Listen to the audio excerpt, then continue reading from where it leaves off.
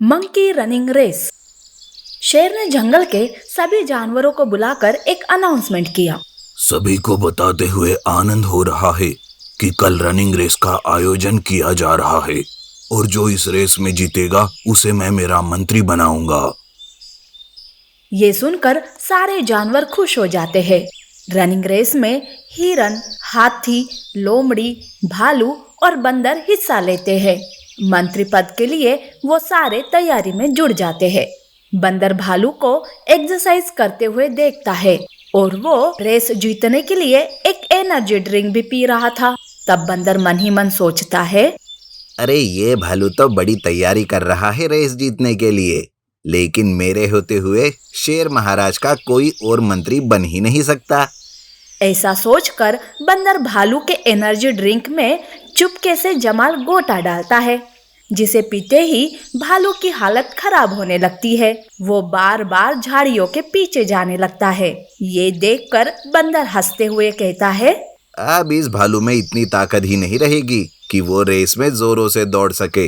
हाथी तो अपने बड़े शरीर के कारण तेजी से भाग ही नहीं पाएगा। लोमड़ी को मैं कोई भी लालच दे दूंगा तो लालची लोमड़ी मेरे रास्ते में आएगी ही नहीं। अब रहा सवाल उस बेवकूफ हिरन का, उसे तो बस बेवकूफ बनाना ही बाकी है। हिरन बहुत ही भोली थी। वो किसी की भी बातों में आ जाती थी।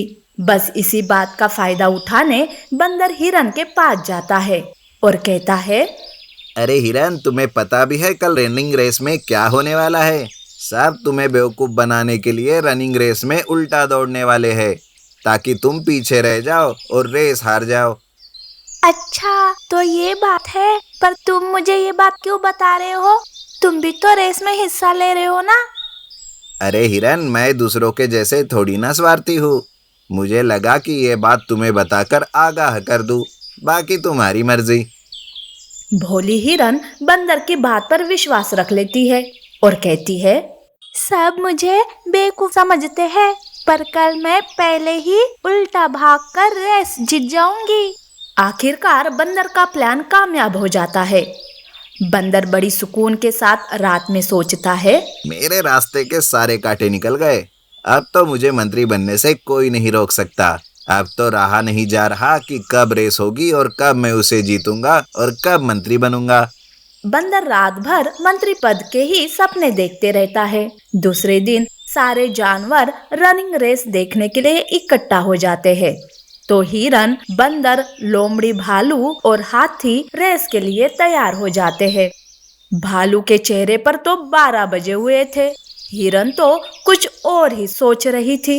ये सब देखकर बंदर को यकीन हो जाता है कि ये रेस वो ही जीतेगा। विसल के साथ रनिंग रेस शुरू हो जाती है।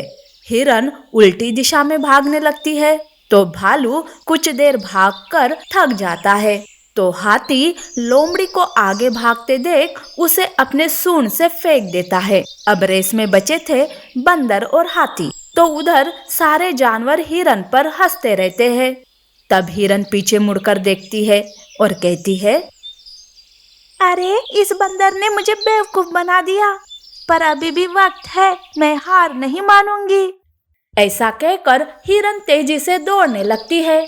उधर हाथी अपनी सूंड से बंदर को उठाकर पीछे फेंक देता है। हाथी आगे जाते रहता है तो हिरन तेजी से हाथी के आगे जाकर वो रनिंग रेस जीत जाती है। शेर हिरन को अपना मंत्री बनाता है। सब हिरन को जीतने के लिए और मंत्री बनने के लिए शुभकामना देते हैं।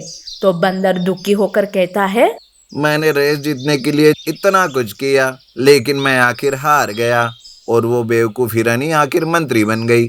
बंदर मुंह लटकाए हुए वहां से चला जाता है। तो हिरन अपना मंत्री पद अच्छे से संभालने लगती है।